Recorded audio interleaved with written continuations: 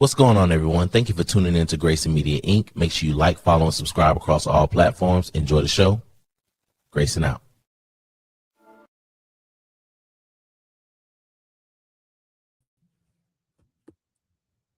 Okay, good evening, everyone, and welcome to Grayson Politics Live, a Grayson Media Inc. production.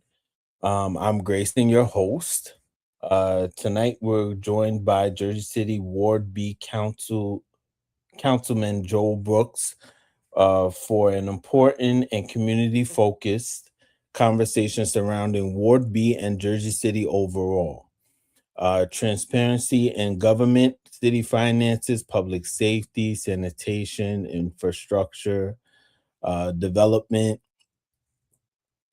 healthcare concerns, staffing, and residency requirements, taxpayer accountability, traffic, congestion, just a mouthful. But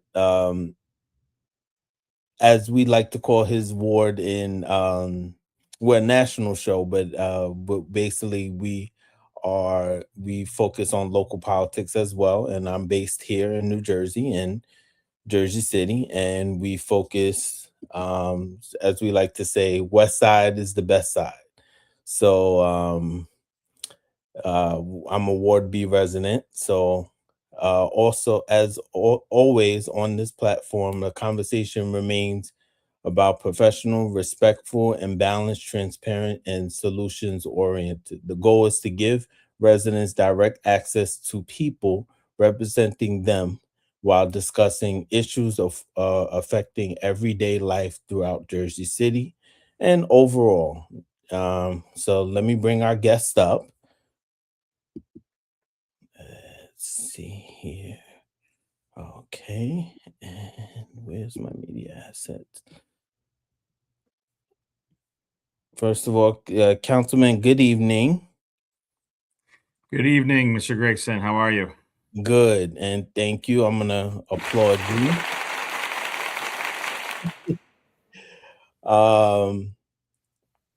So let's get started. Before we begin with the questions, I want to give you the floor and the opportunity to introduce yourself directly to the audience and discuss your background, your priorities, your vision for Ward B, and anything else you would like residents to know at the beginning of tonight's conversation. Sure. So again, thank you for having me. My name is Joel Brooks. I am the pretty newly sworn in council member from Ward B in Jersey City. Was sworn in January of this year. Was fortunate to win the runoff in December.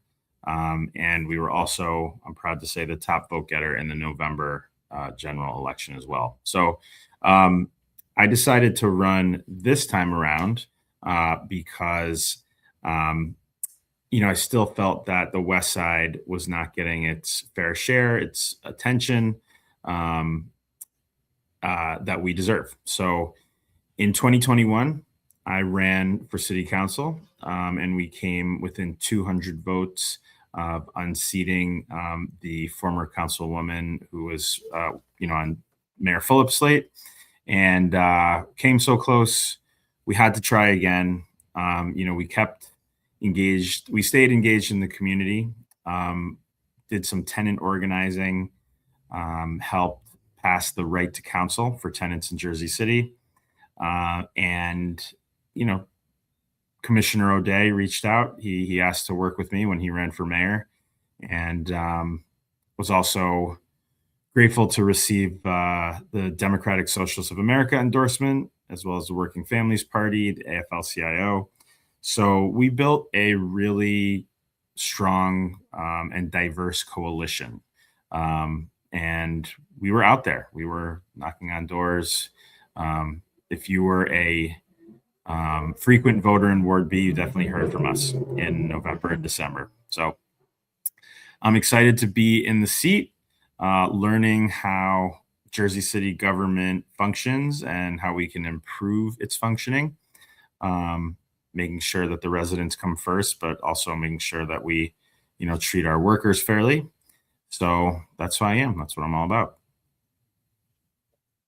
Yes, I agree with you in reference towards workers treating workers fairly. As you see this pin here, I'm a Hotel Trades Council car carrying member, so and a delegate car carrying, or as they say, shop steward or everywhere else. But so that's very near and dear to my heart.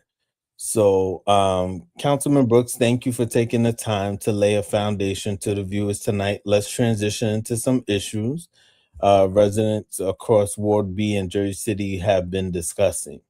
So, what's the biggest concern for you currently that you hear from residents from Ward B now that you're elected? So I'm going to share two. One is parking. And I think parking reflects a few different things. One is the lack of mass transit that we have, and, servicing the West Side. And I think if, we had better, more frequent, more reliable mass transit, we would have less people driving, less cars on the road. And then the other top issue we hear from residents about is housing, whether that's they need housing, or they're not living in safe or healthy conditions, that there's a landlord that is, not doing what they're supposed to do in terms of maintaining a safe and healthy environment. Also questions about rent control, people's rights. And so I'd say parking, unfortunately, and housing are the top two issues we hear from people on. Yeah, I know you had recently a Ward B town hall where residents, unfortunately I wasn't able to, due to my work schedule, I wasn't able to make it, but I was told through sources that who did attend that yes, that parking is very much of an issue in Ward B, overall in the city, but definitely Ward B focus. Do you believe Ward B has historically received equitable attention and investment compared to other parts of Jersey City? Um, in terms of attention, I mean, I think we're starting to get more attention. Um, we have what some people call naturally occurring affordable housing, where you have, 2 and 3 family homes that are their market rate, but they're not, um, like downtown or the Heights or Journal Square rates. So we do have, people coming here that were priced out of downtown. Maybe they're looking for more space, or they're not able to buy downtown, so they buy here. Um, in terms of attention, I mean, the kind of the attention to sanitation and the care of our roads, street safety. These are all things that we could really improve on, and so that's what we're doing. Speaking of sanitation, getting into that, residents frequently mention sanitation, illegal dumping, speeding, as we saw unfortunately this weekend, traffic congestion, double parking, potholes, and deteriorating roads. And what do you have to say about that? From the Ward B residents that reached out to me in reference towards that. I think those are all, could kind of go under quality of life, right? I mean, especially, put yourself in the position of a homeowner who invested in property in Jersey City. Taxes have not gone down, right? But services have not gone up. And so I think people, rightfully so, are upset when they see, um, you know, our sanitation contractor maybe not living up to their end of the bargain. A lot of people don't know one of their responsibilities is to clear the receptacles that are on the corners. So, that is not our DPW staff that is not doing their job. It's regional not living up to their end of the bargain. In terms of the quality of the roads, I mean, we have a lot of utility work going on. I know that, and this is a good thing, where we have the lead pipe testing going on, and so streets get shut down, streets get torn up, and I think that kind of all kind of combines to cause some level of kind of anxiety and dissatisfaction. So, we try to be as responsive as possible when people reach out to us about any of those issues. One, win that I want to highlight, we haven't posted about it, is Fairmount Triangle Park. It's on Summit and Fairmount. There's 2 phases. The first phase is open, and I encourage people to bring their kids there. The second phase is not, and there was illegal dumping. The weeds were overgrown. The fence was broken open. We reached out to the city and the county. The county took care of the dumping. That's their role. And now Jersey City DPW has secured the fence, and they'll be cleaning the kind of brush there all summer. So those are things that, they were just kind of like low hanging fruit that, we need to pay attention to all those things.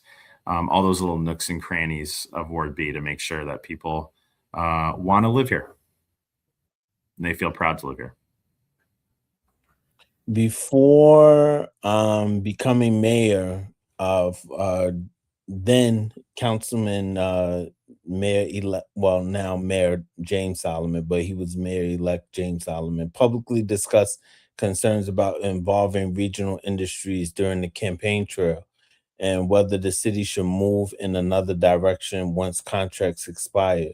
Do you support potentially moving away from regional industries when their contract ends, like maybe to waste management, or maybe we should go back to doing our own garbage with DPW like we did years ago when I used to see when I was little? Yeah, I mean, I think the long-term goal is to bring it back in-house completely, but that will be a short-term expense for a long-term savings. And in terms of adding expenses right now, and I'm sure we'll get into the budget situation, it's not, we're not in a position to buy a fleet of garbage trucks and hire, a fleet of workers. So I know the new DPW director is looking at ways, different elements that could be brought in-house. And so I think he's, the right guy to do that. That's James Levy coming in from Manhattan. The staff is really excited, seems pretty excited to work with him.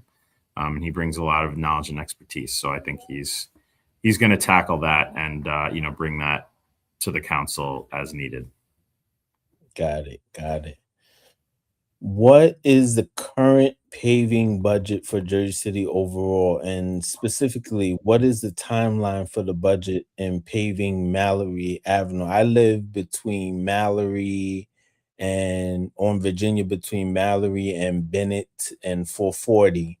And Mallory is horrible. I mean, it's an inherited situation that you had, not for you to blame. From the former mayor and the former council person. I've complained to her and got zero response from her. And your former predecessor, Prince Airy, who is now the economic director, I've complained to her too. Because I've lived in Ward B for a while now. Since like 2019, me and my family. And so what's your take on that? I don't know what the schedule is. I can find out and get back to you. I think that, and I'll be very candid, I don't know if there is one currently. I'm sure all the ward council people have a long list of, this block and that street that need to be milled and repaved. So, I have my list too. But we have not been given a schedule. That's a reasonable question.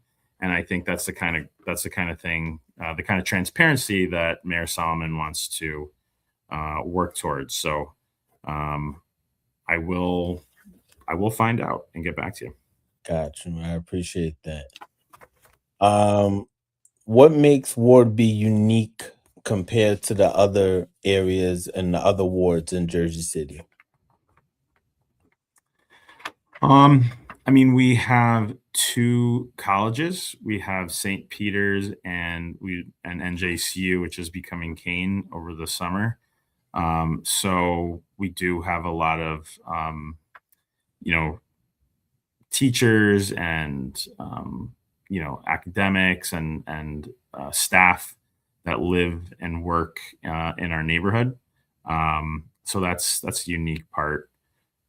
We also have Lincoln Park, which is a beautiful, beautiful county park with active recreation, as well as Lincoln Park West, which is, really special. If you haven't been, there, I really recommend it. And the character of the people, we're incredibly diverse. People ask me like, oh, what's the biggest group of voters in Ward B? And I really couldn't tell you in terms of like ethnicity or nationality.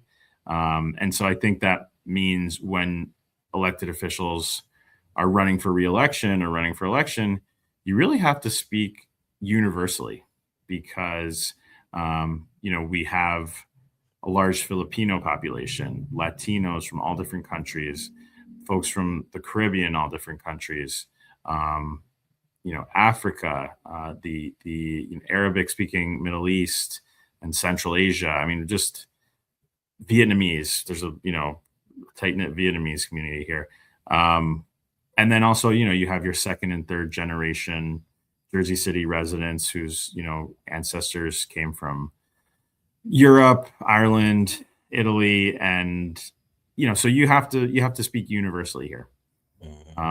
And so I think that it encapsulates Jersey City, but it is unique. I agree with that. I believe Ward B is definitely a melting pot. So I agree with that. Let's go into the finances of the city. And there has been a significant public discussion regarding Jersey City's financial situation and reported budget deficit.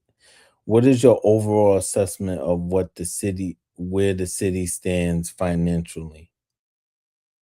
I will credit the mayor for keeping the council up to date and briefing us on kind of where we stand. And he even started that before we were sworn in, to his credit.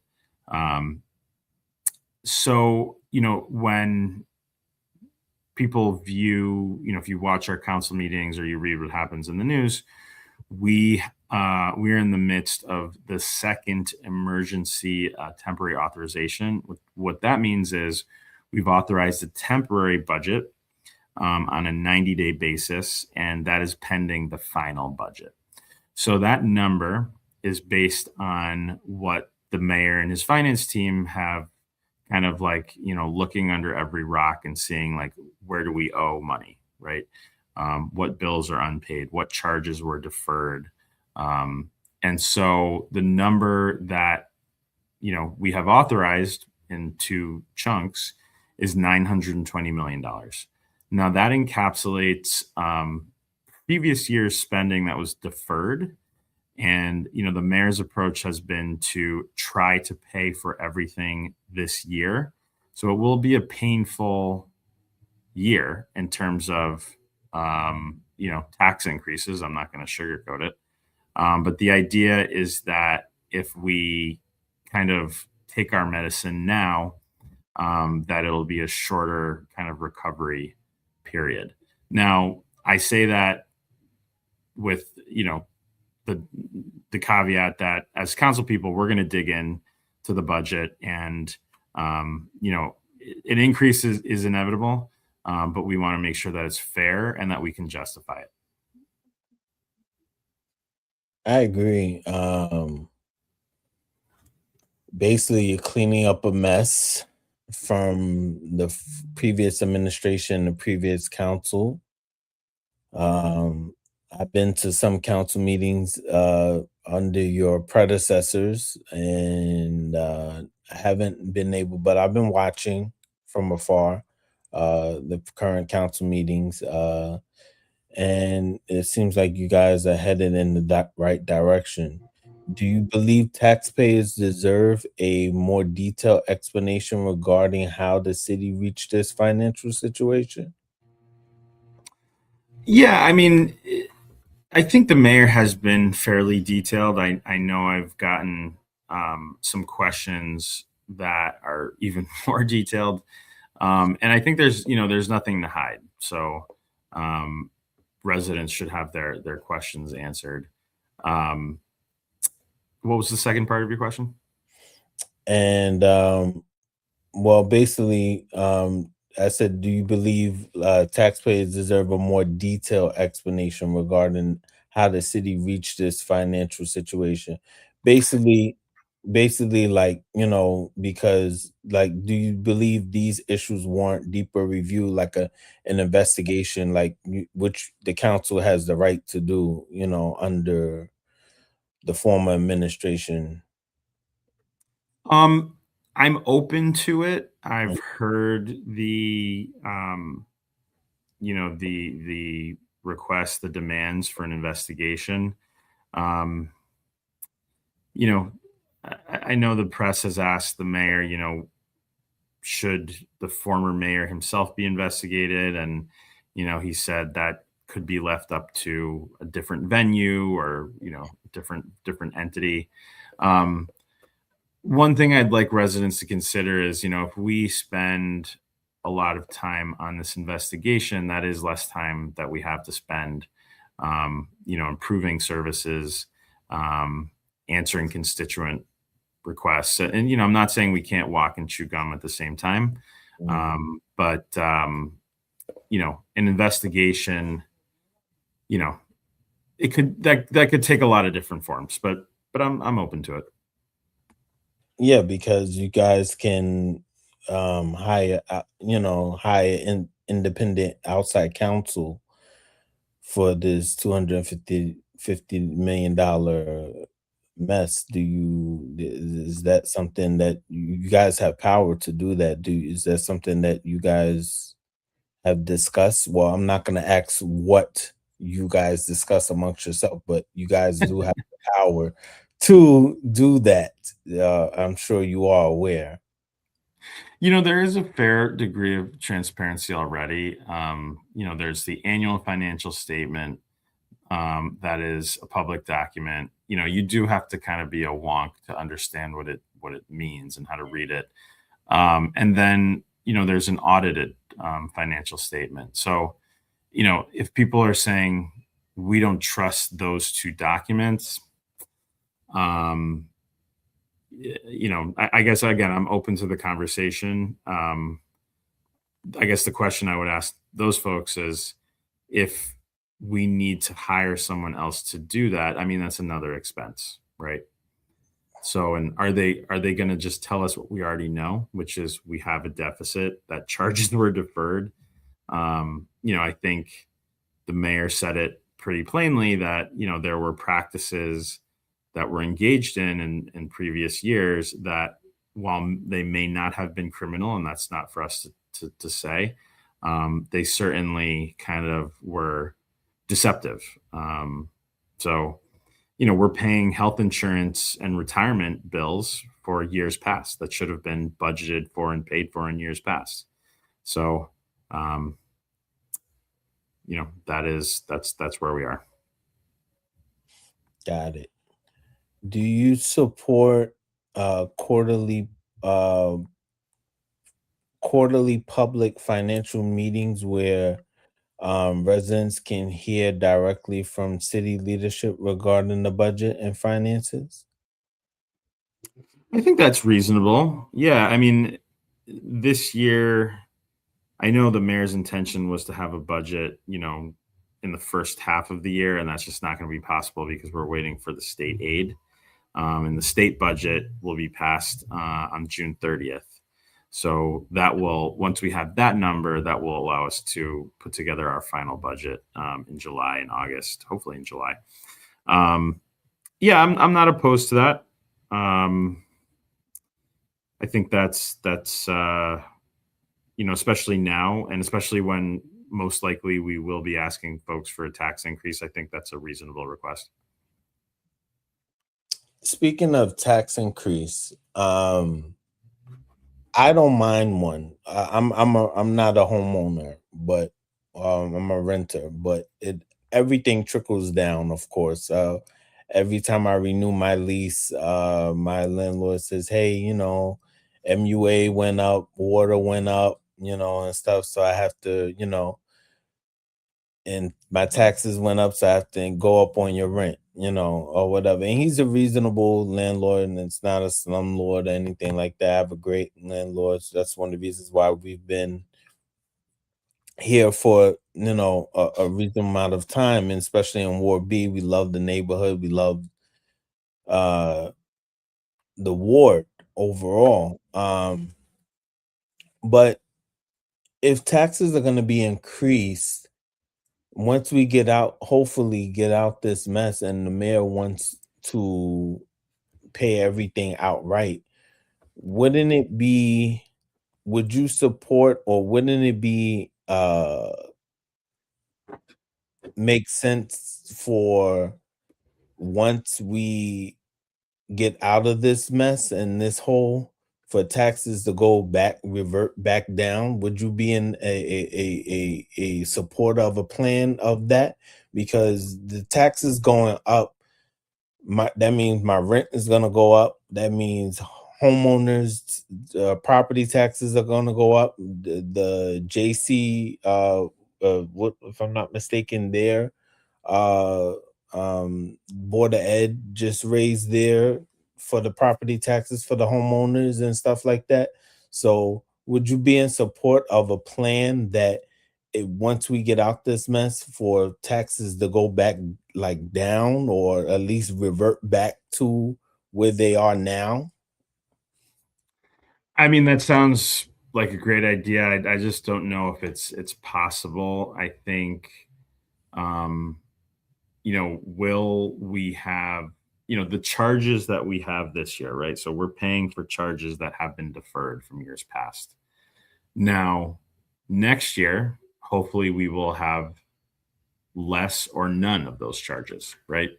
At the same time, the cost of providing services and running a government always increases, right? The product of government is a service, and the people that provide those services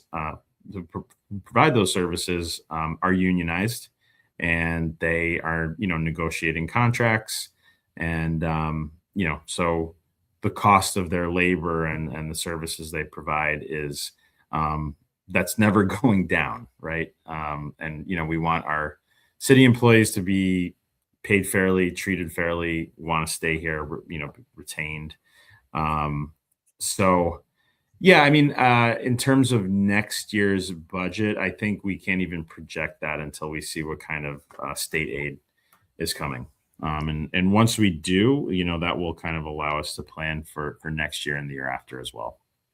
That's fair. That's a fair answer. I appreciate that. And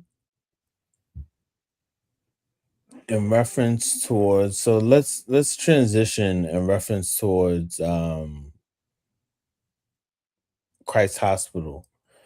One recent op-ed called for the New Jersey Attorney General to investigate issues surrounding Christ Hospital and related public concerns. What is your related reaction to those calls? Excuse me. Sure. So I will be transparent. I am an employee of HPAE. That's the Healthcare Workers Union that represents the nurses at Christ Hospital and Bayonne Medical Center and HRH and Secaucus. So I'm not going to comment on that directly. What I will say generally, Jersey City needs more than one acute care hospital. So, Jersey City Medical Center is, overburdened by the needs of the city, and we have residents that are going they're leaving Jersey City for care. They're going to Hackensack. They're going to Bayonne. A lot of folks go to New York. And so, that listen, you can go, should have the freedom to go where the doctor is that you want. But in terms of acute care and especially emergency services, we need more than one hospital in Jersey City. So I leave it up to the powers that be that are working on that, and I've recused myself from votes involving HRH. So I just want to be transparent about that. No, I appreciate that. I appreciate that, and being transparent and not having any conflict of interest in reference towards that. And so I definitely respect that. That's very admirable of you. In reference towards what you said, and back to the city workers and them being unionized, my contract is up in July. Our master contract, HTC, Hotel Trades Council. And so I definitely, just going back to that point, empathize and understand. It's gonna probably be a fight, which we don't want that for the city workers, but yeah, I understand how costs can go up in reference towards, when you have unionized employees, which I wholeheartedly support. So most definitely. Yeah, and that's actually, I didn't say this in my intro, but that is my background. I've been a union organizer and a union representative for a little over 20 years now. And, so that's how I approach government, and that's how I approach campaigning, is, in the labor world, you have to build a coalition of people at the workplace, right? I don't have to tell you, right? What unites people is you all have the same boss, you all have the same name on your paycheck, but people are from all different countries, they have all different job titles, speak different languages. So that is, how I approach campaigning and governing, which is, bringing people together from different viewpoints, finding out what the common issues are, and fighting for those issues, and also engaging people to fight for themselves as well. And on the unionized employees of Jersey City, a lot of them, if not most of them, live here, and so they're living here and benefiting from the services that they and their coworkers provide. And their cost of living is not going down either, right? And so that's why I think it's really important that we treat our employees fairly, and that's not something the previous administration did. So we have a question from one of your Ward B residents, Esther Winter, who is very vocal, I'm sure, at the council meetings. And she said, "You said Solomon wants to pay bills in one shot and take the medicine and fix the problem. Yet you also said that after an increase to cover these bills, taxes will not come down in the subsequent years. Why wouldn't they go down if the extraordinary expense have been paid?" That's a great question. I think I don't know the exact number of the deferred charges, kind of at my fingertips, but I can look at that. But the goal is to pay all of it in one shot, and that if you separate out those charges, you get a more realistic sense of what the actual operating cost of the city is. And I think Esther may know this herself, because I know she pays very close attention. I think the true cost of operating the city without those expenses is more in the $750 to $800 million a year range. But in future years, again, our costs are not going to go down, right? Our labor costs are not going to go down. The cost of energy is not going to go down. So, I just want to manage expectations that, And actually, let me speak precisely. When I say taxes won't go down, the rate of increase may go down. The raw number, I don't think will, if that makes sense. Got it. Got it. Esther, I'm sure you heard our councilman. There have been calls to restore public CompStat reporting and hold public accountability presentations. Would you support that? In terms of public accountability for like what happened in the past, or us as council members currently? What happened in the past? No, you guys are too fresh to for anything. I mean, the only two people who have been on that council with respect has been Councilman Gilmore and Council President Ridley, and then now Lavaro is now, no, I mean in reference towards your predecessors who have just recently have been removed this past December. Again, I'm open to it. I don't, do we need some kind of like a truth and reconciliation commission where, if you come forward, you get amnesty for what you did. I'm open to it. I don't want to dismiss it. I think you can see that in terms of, who the mayor has at the helm in terms of the finances. That's Bill Vichiera. That his predecessor is not there anymore. Some people who were in, director or higher up positions have kind of moved around or gone to a different position, but his predecessor is not there. She does not work for the city, and I think that's that's a good thing for the residents, because she and the former BA. I really think a lot of it comes down to the mayor, right? The mayor is the captain, and the staff that were under him had to answer to him. So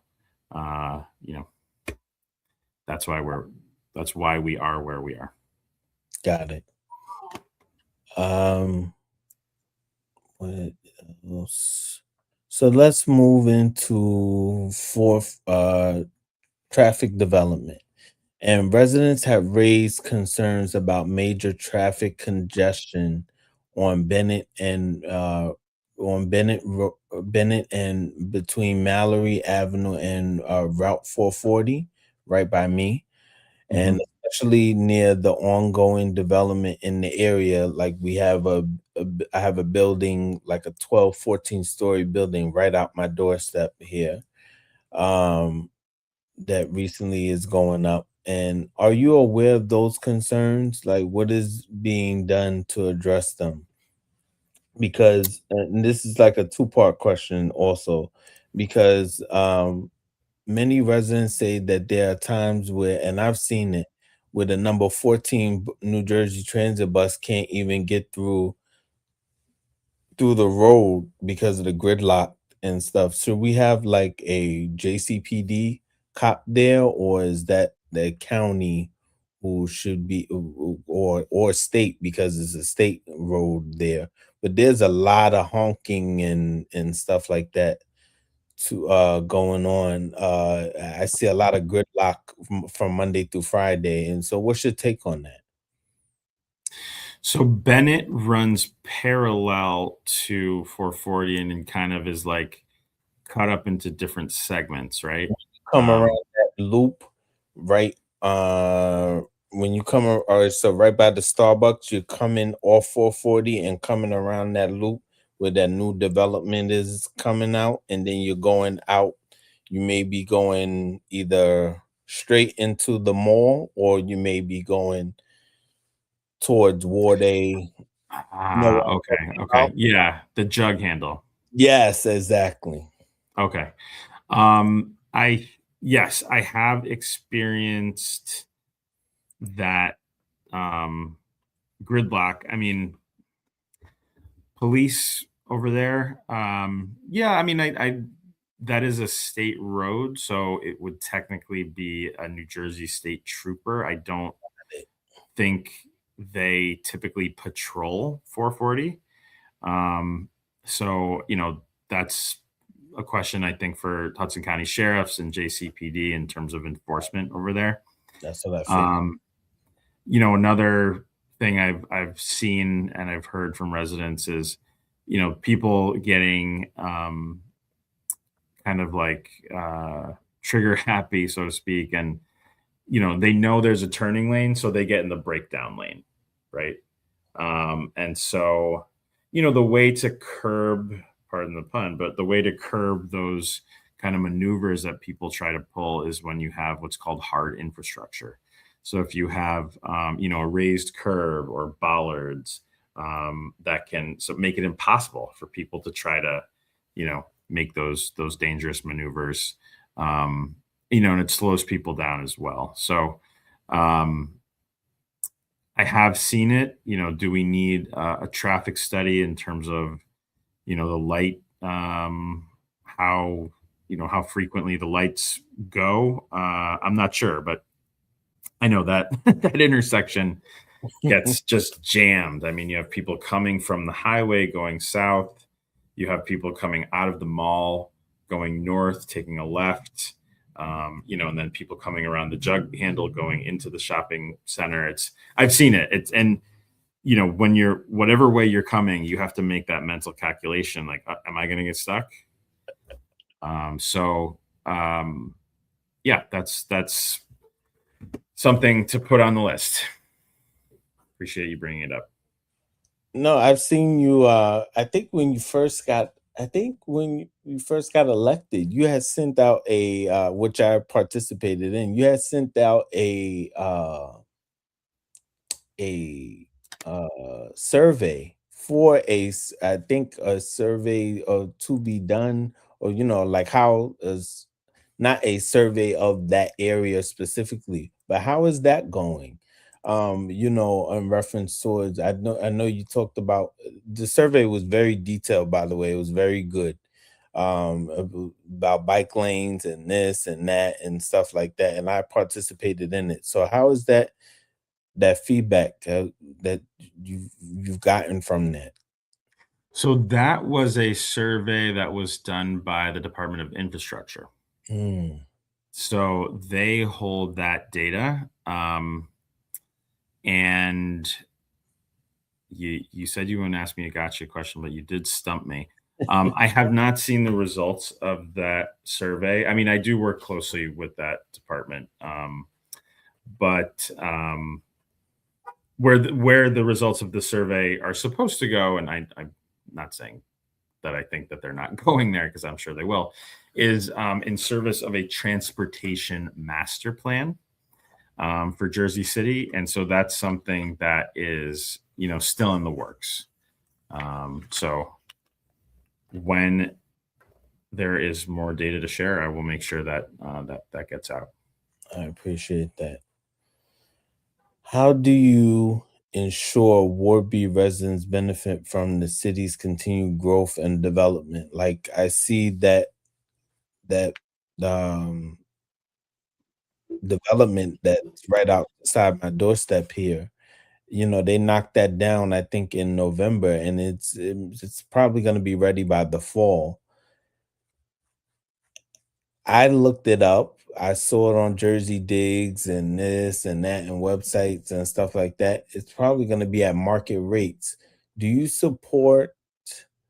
And I'm not a rich man. Will say this for somebody who has lived at 16 Bennett and had to move out because of it. Well, didn't renew my lease because it was just so expensive. Do you support? Because I work in the city in New York City, and they have a lottery system. And so 20% of the, the cap of the units get uh get pushed down to a reasonable amount, where and then you have rest is market rate, but these are subsidized. Do you support that kind of? Because I know the mayor talked about the $1,000 rent and stuff, and we just in the hole and stuff like that. And I don't think that's gonna happen anytime soon. And the Bayfront project is kind of not going the way it's supposed to go or whatever. So do you support like a lottery system for developments outside my door? So we have those for certain buildings. Um, and they're hypothetically, for example, so let's say you have a project that is in a redevelopment area. So a redevelopment area is a piece of land that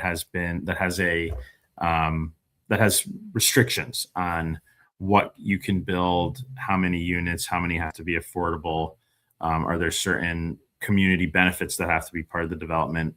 And so then when those affordable units come online, there's an application process and a lottery. And there was a building on Bergen, 307 Bergen. I attended the ribbon cutting, 12 affordable condos. They had 2,000 applicants.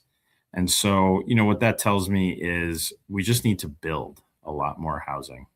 Now, I know how that sounds to, your 2-3 family homeowner. You're not, those folks don't want, a 7-story apartment building on their block. But I think we need 7-story apartment buildings where they make sense, right? And so, there still is, a good amount of land to be developed in Ward B on the west side. And we want to prioritize affordability. That's something that Mayor Solomon ran on. In terms of Bayfront, that's a huge redevelopment area. And so they're very strict requirements on what developers have to build when they build there. I will be on the Bayfront Advisory Committee, so I'm excited to see and support what moves forward. I think there's going to be 4 phases. The first phase, the hope is to break ground within the next year or 2 years. And this is something that's been in the works for many, many years, and we just got to work like heck to get these buildings up and get people in these buildings. The first phase is going to have 50% affordability. So 50% market rate, 50% affordability. Got it. Yeah. It's a lot going up and a lot, the sentiment is that, and I'll be interviewing your colleague, Councilman Zupa, June 1st. And the sentiment is that we don't want Jersey City residents being basically priced out. My rent is not cheap. I have to like almost work 2 jobs and pick up a lot of overtime to supplement and do that. And I get it. I feel for my landlord. He's not a LLC or a big time. No, seriously, like he's not a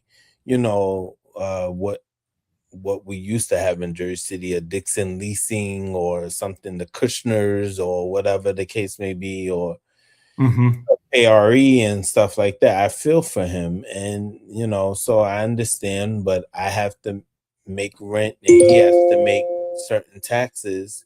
He has to make certain things on his end. So we just don't want Jersey City to be priced out, because I'm born and raised here and I want to stay here, and I don't want to move anywhere else. I can't move. it's not convenient. I'm 10 minutes away from the path, maybe 10 minutes away walking from the light rail. I'm going to work tonight. Like, so, what's your take on that?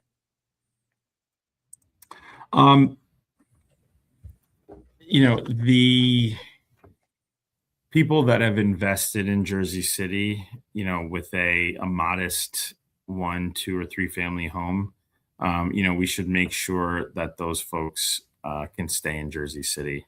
And, I think you're right to point out the difference between someone like that and, a speculator or a large corporation who, they're looking just at maximizing their profit per square foot. So, we have a huge responsibility and we take it very seriously in terms of making Jersey City more affordable. And that does mean, if there is a tax increase that we justify it. That we justify it with better services, more responsive government, more transparent government. And so, that is our promise to folks that we cannot promise a tax decrease. And I don't think anyone running for mayor or council promised that. And if they did, shame on them. So, we do, keep those folks in mind when we're governing. And tax increases are not to punish people. It's to make sure that we can keep the core services of government going. So Esther has another question. She said Solomon's campaign. Well, she made a statement. She said Solomon's campaign promised $1,000 rental units. Is that still a plan? And have there been discussions about this amongst the council? I have not had any discussions specifically about $1,000 rental units. I think kind of the phase we're in currently is the developments that were approved and that are in motion were approved under the previous administrator and previous administration rather. So, the flow for people, if you're not familiar with it, it's someone buys a piece of land. They have to go before planning and zoning. And that's where, or if it's in a redevelopment area, they have to go, through the JCRA. So that is where those kind of requirements can be placed. Some people call it like upstream, right? By the time it gets to the council downstream, it's done, right? We're not really in a position to make a lot of demands or negotiate. So, I know that's something that the mayor is focused on in terms of getting upstream of these developments. That's why he hired his deputy mayor, Keshav Podar. This is someone that comes from that world. He's an attorney. He did affordable housing deals for a living. So I don't know of any, developments that are coming out imminently with the $1,000 rents. But as soon as there will be one, I'm sure we'll hear about it. Okay. Let's transition. I know Councilman, I want to transition into this conversation surrounding government staffing and appointments, residency. So basically, the recreation director, the new one that was appointed and voted in, did you support the vote in favor of the recreation director and recommended by James Solomon? I did. I voted for Director Pete Vincent. I had a meeting with him. We all did, where we asked him, questions that were important to us.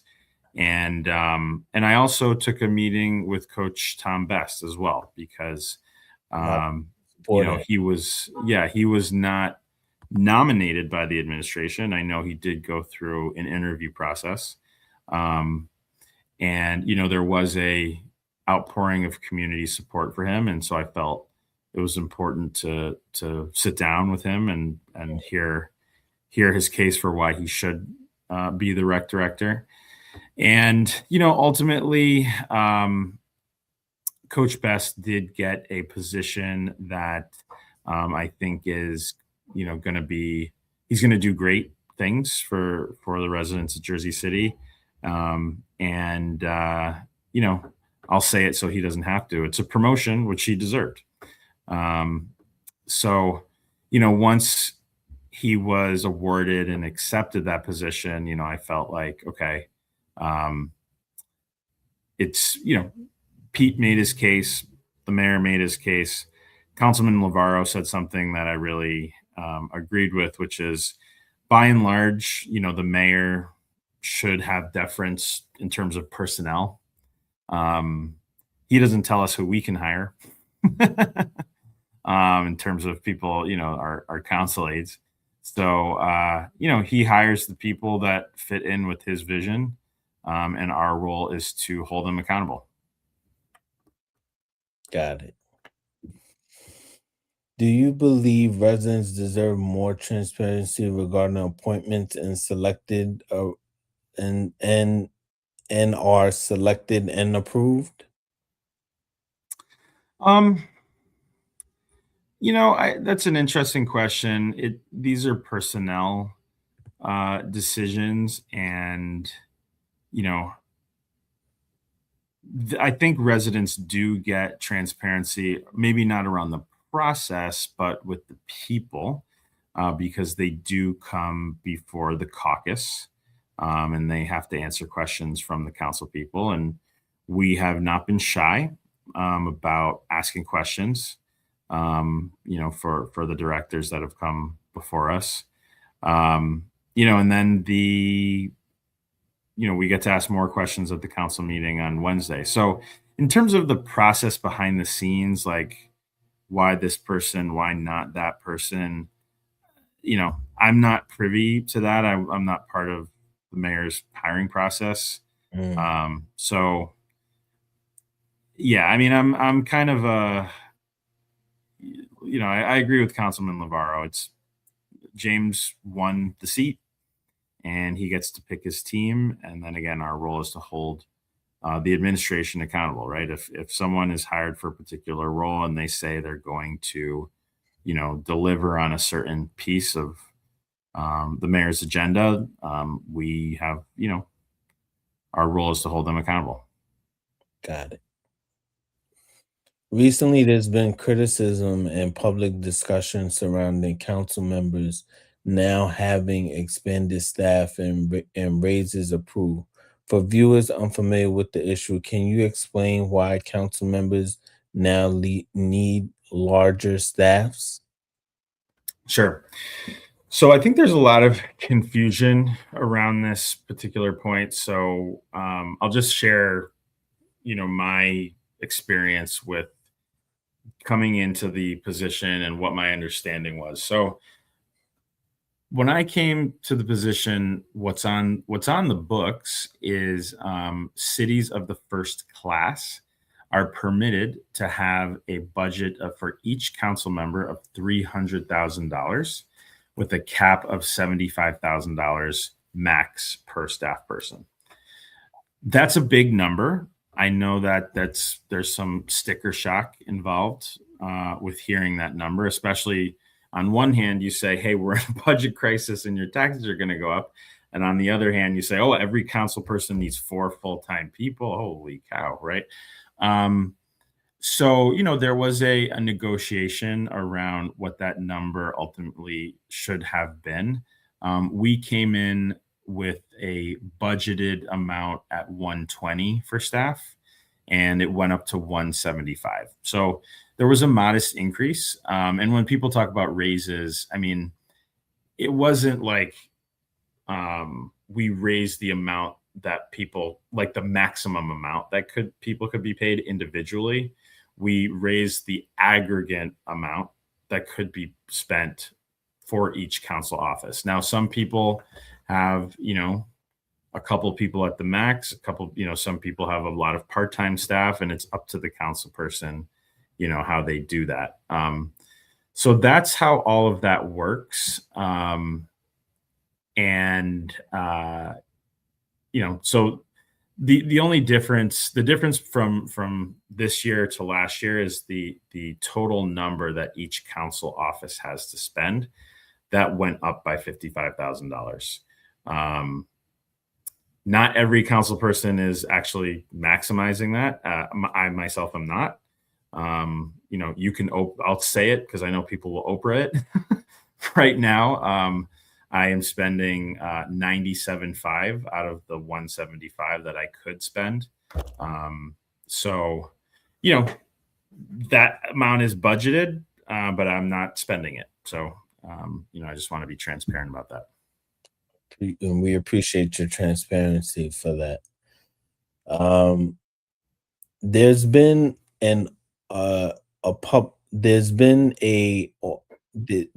has also been public discussion regarding residency waivers involving city employees, council aides, including your staffer, Clarissa Cunningham. Can you explain the position regarding residency waivers?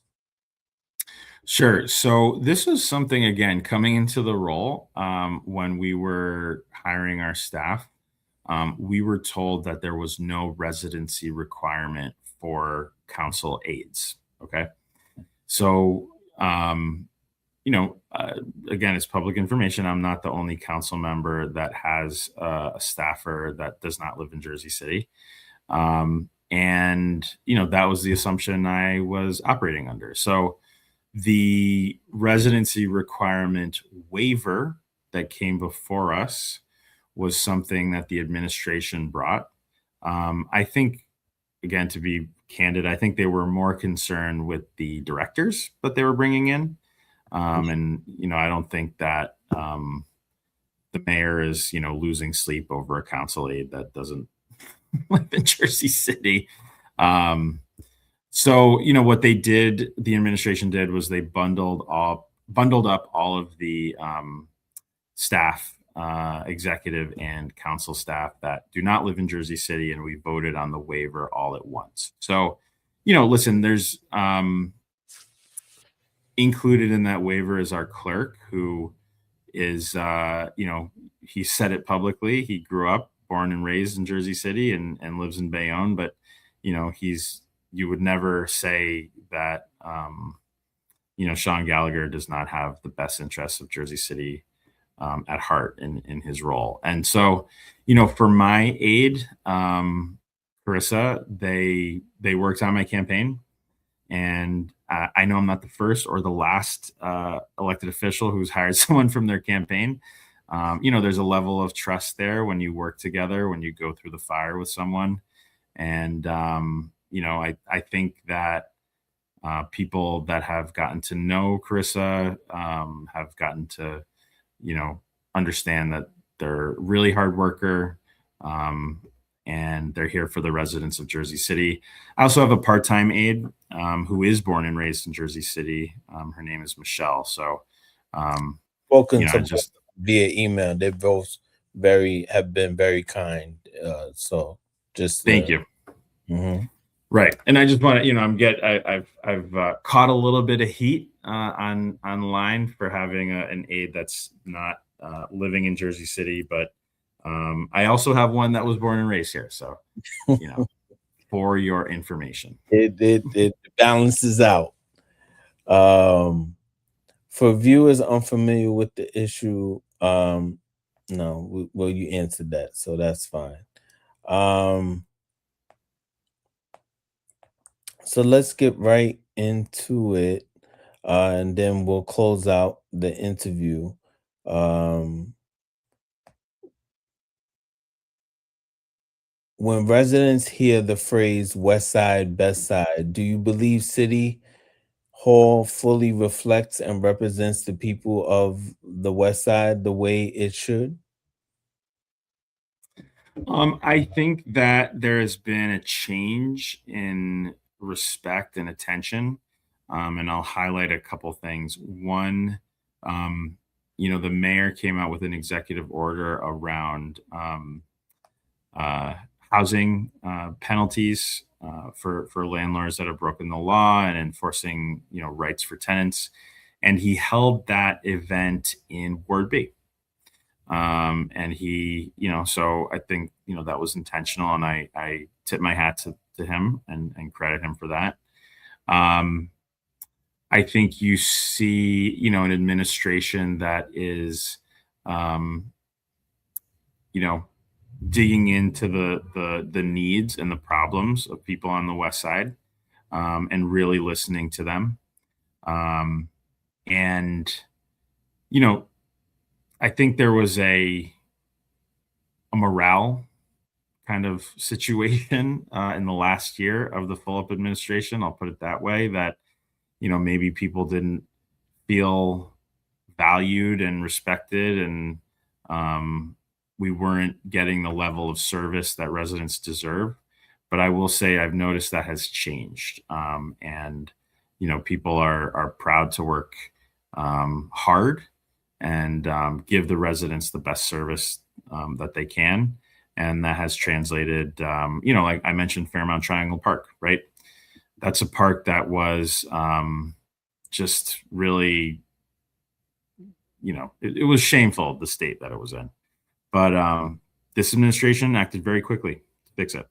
So I tip my hat. One word to describe Ward B.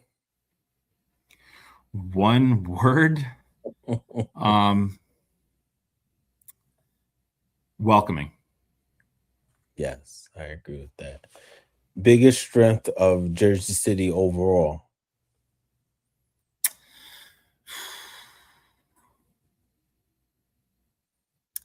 Our people.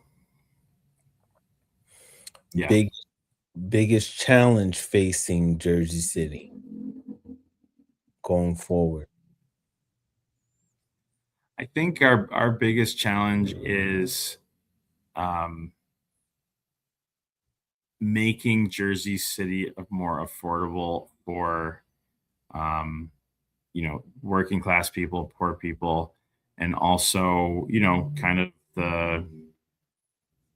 your workforce in terms of income, making sure that those folks can stay here too, and that they're not. I think sometimes when people leave Jersey City, it's not that they can't afford to stay here.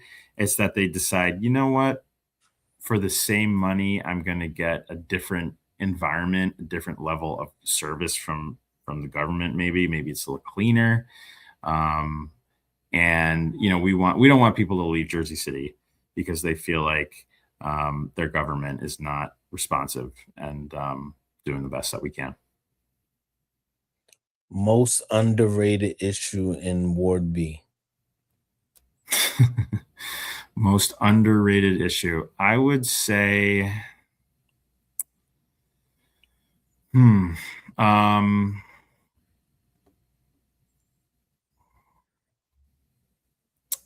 I'd say tree canopy and flooding. We have a lot of, unfortunately, a lot of blocks with like almost no trees. And that's something, you really look at, the world differently when you're in government. And, when I see paved lots in front of people's houses and, in their backyards, I know it's easier to maintain. But it does cause our city to be hotter. And when we have rain, there's nowhere for the water to go because the ground's not there to absorb it. So I think tree canopy and, flooding and kind of land that can absorb, big storms that we're going to continue to get. Most definitely, especially where I'm at down here. We get a lot of the rain, that comes down to down hit the hill, and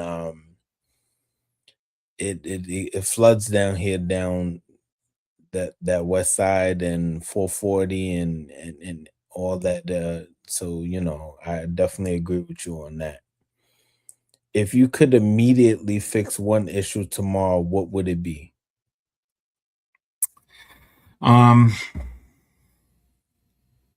Increased and different types of transit in our ward, so we could have less cars on the street. Are you in support, just a follow up, are you in support of maybe the light rail being expanded, maybe to Bayfront once Bayfront is developed?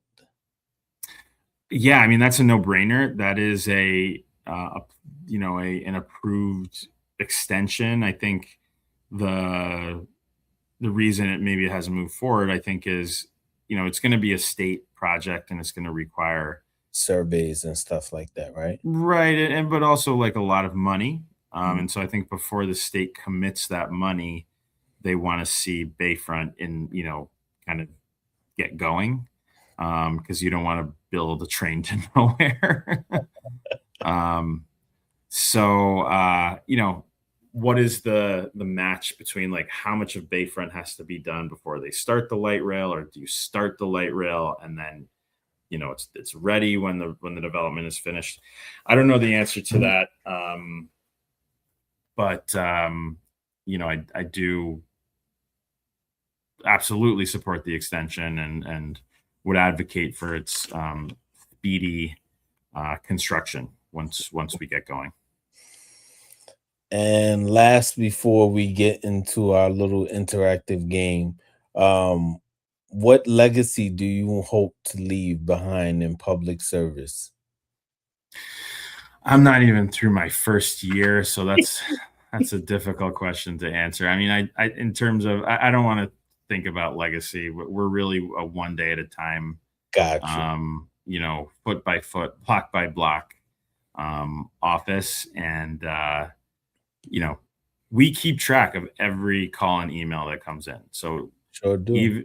Even if your issue is, whether your issue is, I have to move out because there's flooding and my landlord is a slumlord and won't fix it and I'm getting overcharged, whether it's that or whether it's, something that maybe is not life or death. Our commitment is to investigate what your issue is and try to resolve it and get back to you. So we just want to be, really responsive, and might have to hire another person to do that. I left a little wiggle room in the budget, so yes. So that means that we're going to start our little interactive game, and then end the interview after that. Give me 2 seconds. Sorry, I'm a one-man band here. We're just going to go to a quick 9-second commercial. Okay. And I will be right back. All right. Let me just move. Grayson Politics Live. I'm Grayson. Please support the show via the Cash App and Zelle handles and by liking, following, and subscribing. And catch us every Monday at 7:30 p.m. on YouTube and Facebook. Grayson out. You're watching a Grayson Media production. Thank you for watching. I'm Grayson. We'll be right back. Make sure you like, follow, and subscribe to the content. We'll be right back. Grayson Politics Live. I'm Grayson. Please support the show via the Cash App and Zelle handles and by liking, following, and subscribing. And catch us every Monday at 7:30 p.m. on YouTube and Facebook. Grayson out. Okay, we are back, and so this is like more like a we normally call this like a quick rapid fire. Or you're the first. By the way, let me applaud you again because you're our first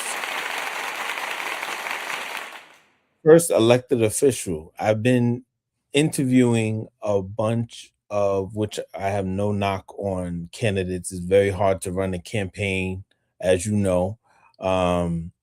Gentleman from Iowa, he ran for state office. I've interviewed a young lady who's running for Congress in Maryland. Um, all over, state delegate in Baltimore. He's running in his district.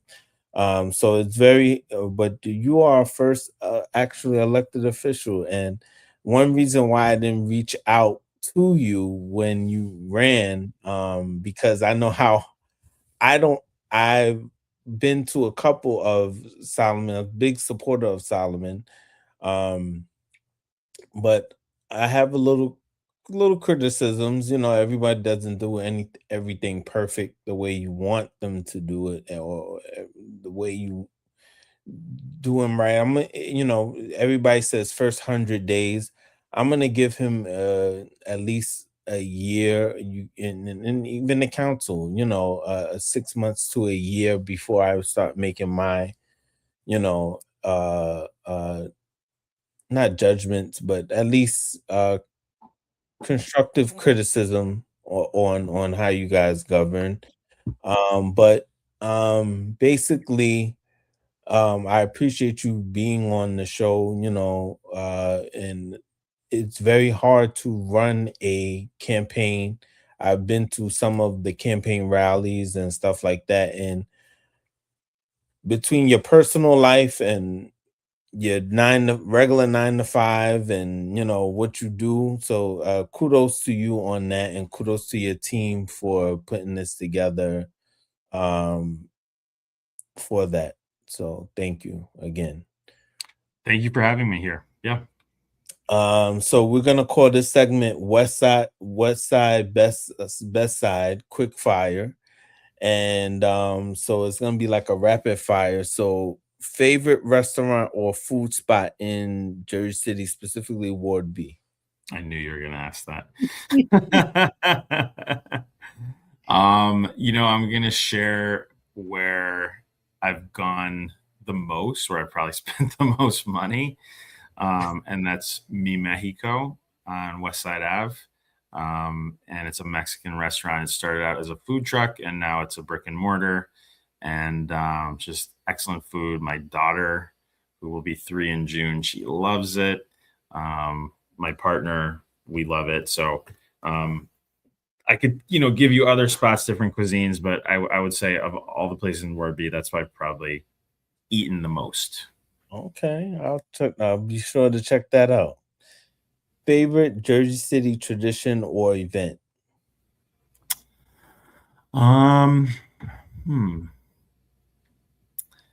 I really like the Filipino parade.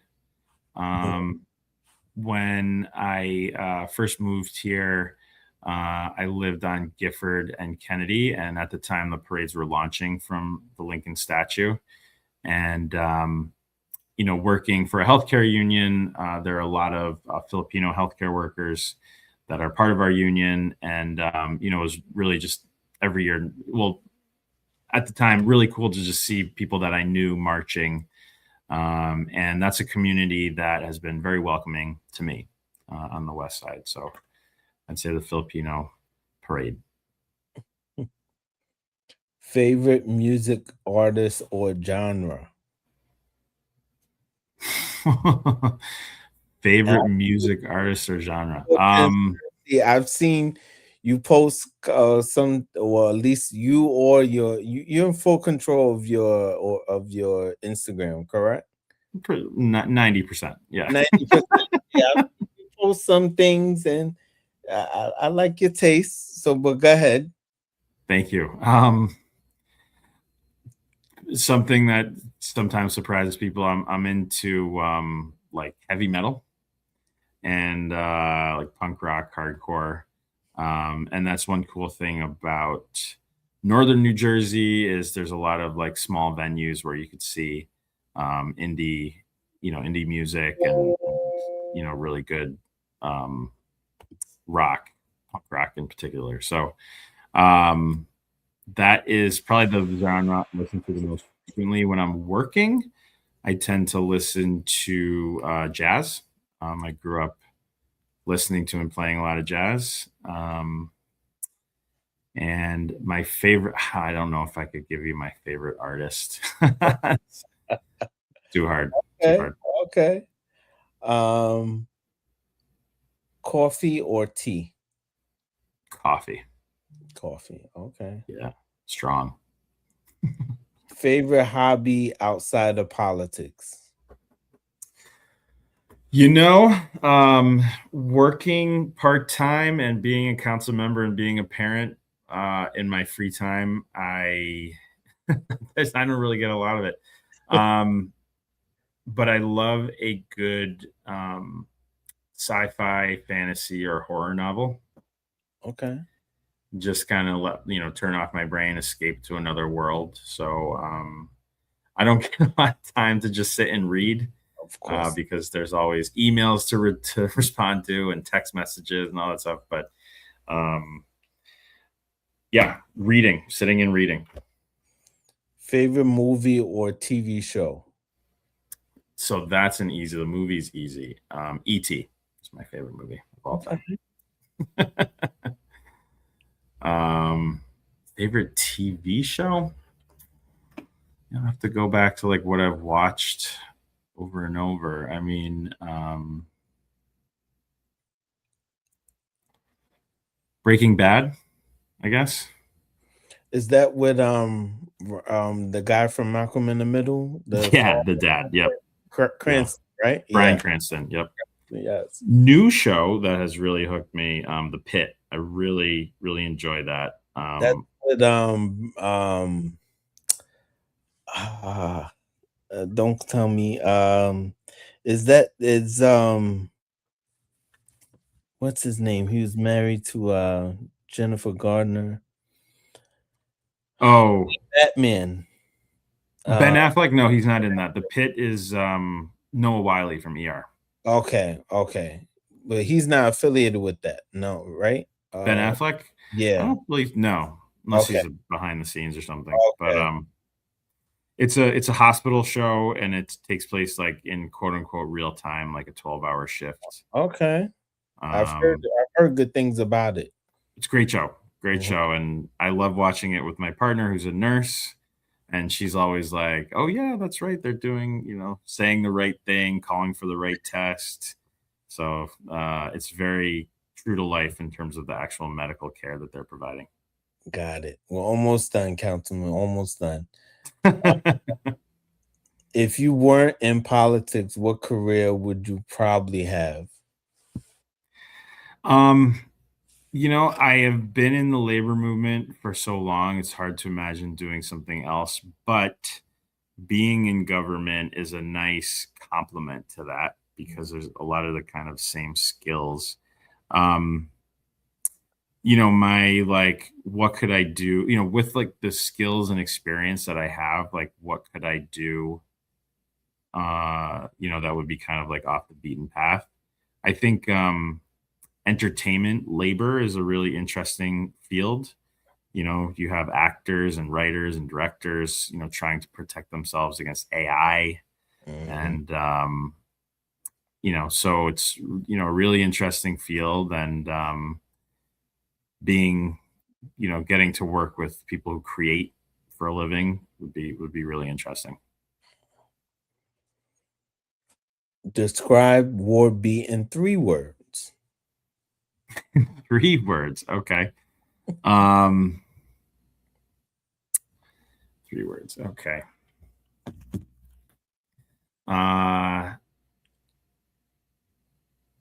Hardworking. That's hyphenated, so we'll count that as 1. Proud. And the last one we will go with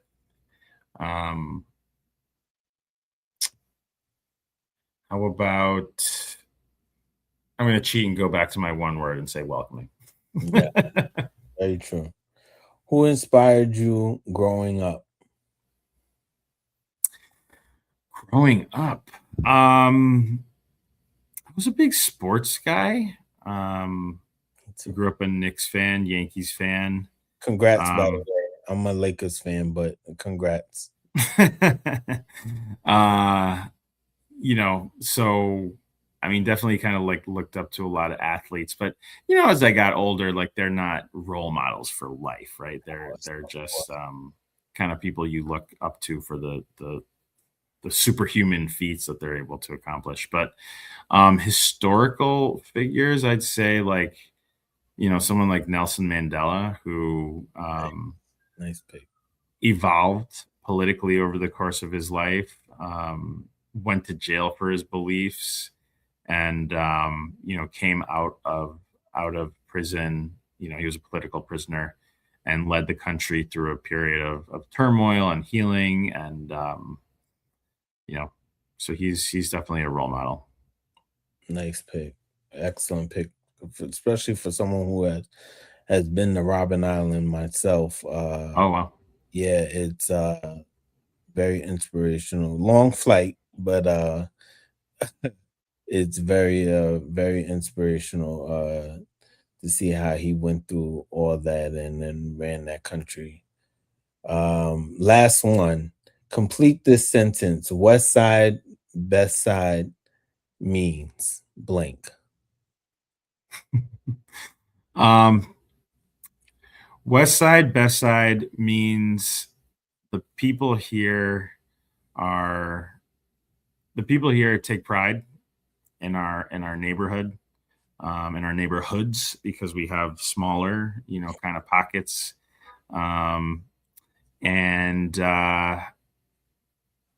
We don't have the tallest buildings, but we have, and I will say we kind of want to keep it that way.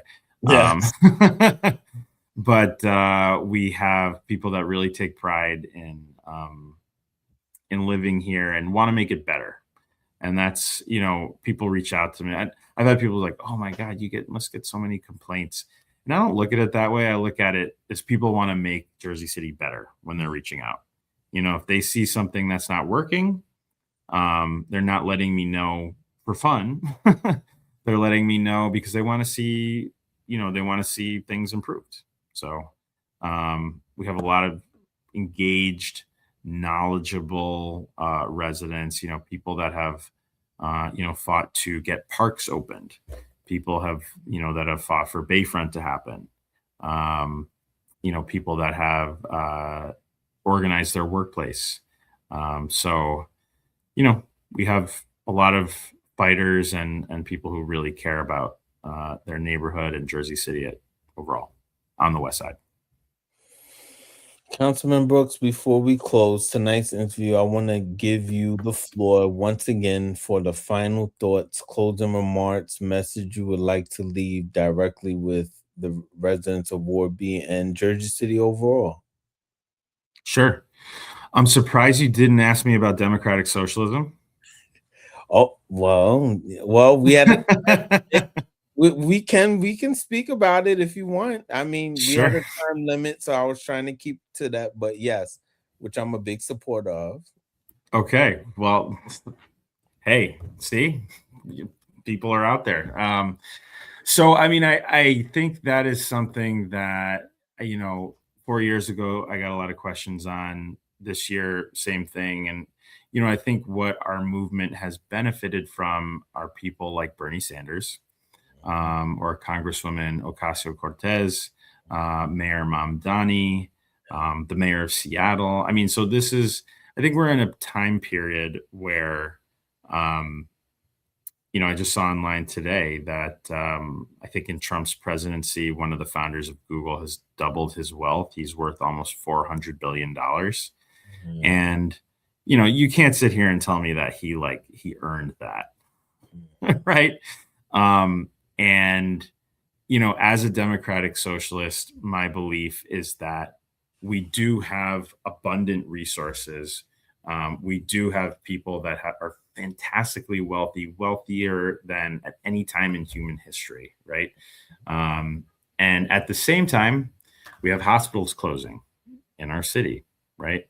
At the same time, We have to fight for our public schools to be funded. At the same time, we have, 12 affordable condos go on the market with 2,000 applications. So what that tells me is we need a different system. We need a different way of approaching government. And we need a system that prioritizes working people, and not the 1%, not even the 1%, because the 1% now is like, I don't know, $500,000 a year, maybe $600,000 a year. I'm talking about the 0.1%, right? Yeah. Like, those are the people that are buying politicians. They are, buying the courts, and, at the same time, fighting people trying to make a better life for themselves, by building a union, or by organizing a union. So, that's why I'm a democratic socialist. I believe we need a different system in this country, that prioritizes people, not profit. So, hasn't come up. It hasn't come up that much, like, since I've been elected. We're governing, in Ward B as, like I said, we want to respond to every single person that reaches out. Mhm. And that's not like, capitalist or socialist. It's just, we want to be responsive. But in terms of, like, our vision for society, and the work that we want to do long term, it does inform that, that vision. So. Got it. Councilman Brooks, thank you again for joining us on Grayson Politics Live, a Grayson Media Inc. production. Thank you for everyone watching tonight. Councilman, stay on just for 2 seconds. I'm going to put you behind the scenes. We're just going to talk briefly. Want to thank again.